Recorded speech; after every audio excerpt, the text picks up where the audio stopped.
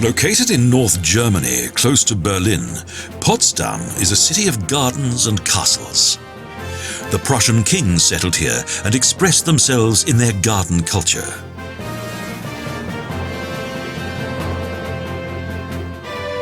In 1745, Friedrich the Great ordered the construction of Sanssouci Castle and Park, the most beautiful garden complex in Europe, with fine avenues and elegant buildings, such as the Bildergalerie and the Neuen Kammern.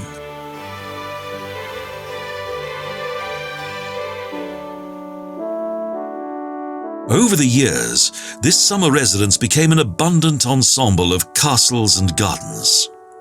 Further construction continued up until the reign of Friedrich Wilhelm IV.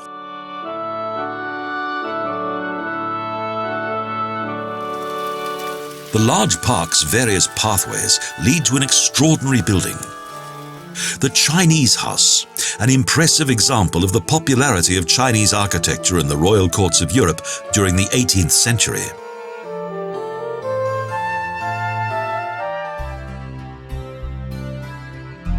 The garden architect Lenne turned this park into a veritable work of art. Roman baths were created in the style of an Italian villa. And there's also Charlottenhof Castle that is surrounded by a rose garden. A former farmhouse, it was converted into a princely residence. The 287-hectare castle park contains various gardens, from a wild-looking English garden to a perfectly symmetrical French garden.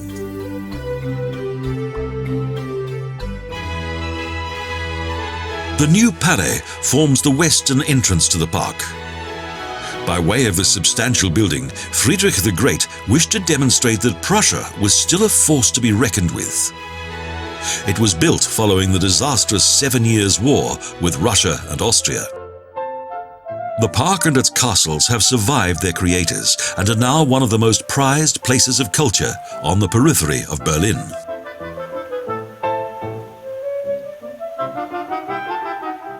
One castle was favoured by Friedrich the Great more than any other, Sanssouci, a true gem and a wonderful example of European Rococo architecture.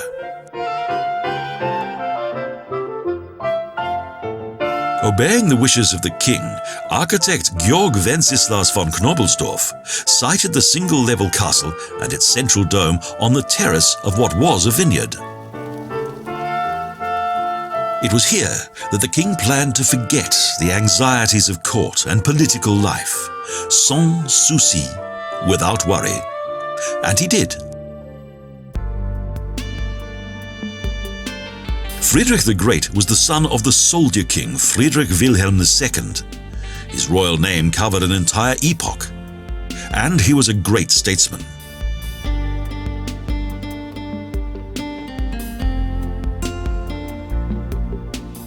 He fought several successful wars and made Prussia into a major European power. However, he was also a cultivated aesthete, a fact that made his father despair. So his summer residence also became a meeting place for numerous artists.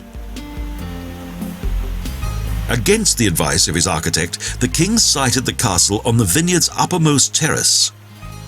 He could therefore step from it directly into the garden.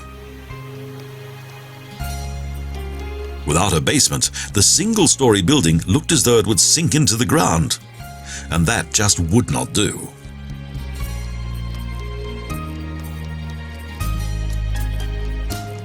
It took only 3 years to build the castle, which contains a central domed hall and spacious side wings.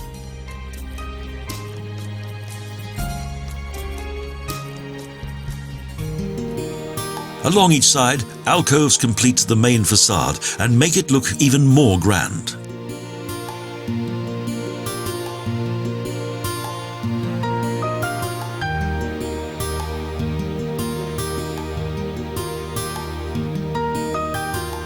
To complete the ensemble to the left and the right, there are picturesque pavilions that are adorned with shining sun motifs.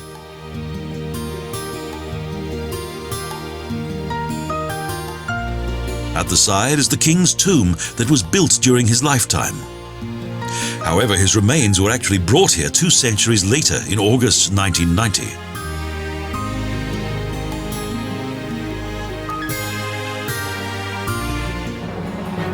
The rear forecourt is encircled by a colonnade.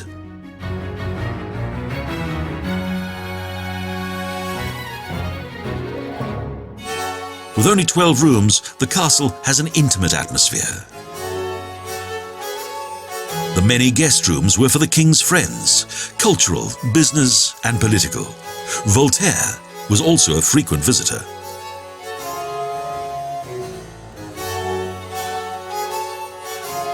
It was here that the king spent time with his real passions: music, literature, and philosophy.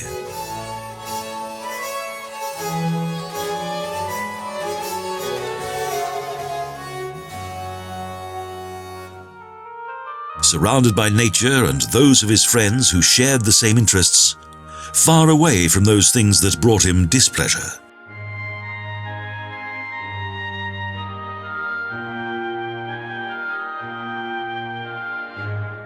In the imposing marble hall that is framed by numerous columns and whose large doors can be opened towards the terrace, extravagant feasts took place.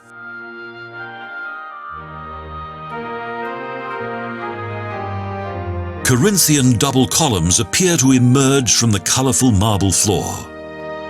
4 allegorical motifs decorate the niches, and tiny figures decorate the dome. Architecture, music, painting, and astronomy, each one featured beneath the gilded decoration of the splendid dome, a masterpiece of the great arts. In the adjoining concert room, various ornaments decorate the walls, as well as paintings that feature motifs of Greek mythology. Although the king attended to certain matters of state here, he was gradually losing interest in both his royal and political responsibilities. Sanssouci was becoming a place in which to hide.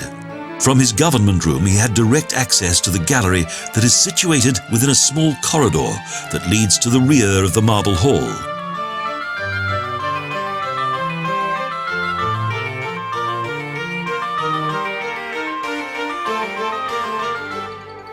To the annoyance of his architect, the art-loving and contradictory king also had his own design ideas.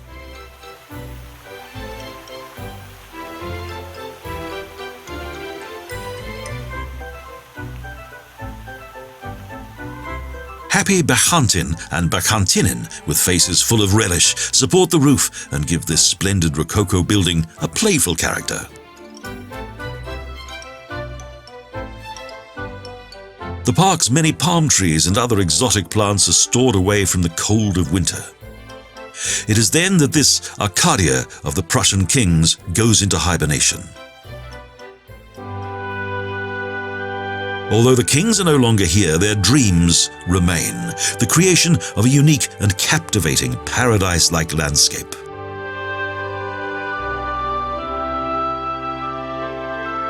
Sanssouci Castle and Park are truly beautiful and a World Heritage Site that since 1989 has attracted large numbers of sightseers.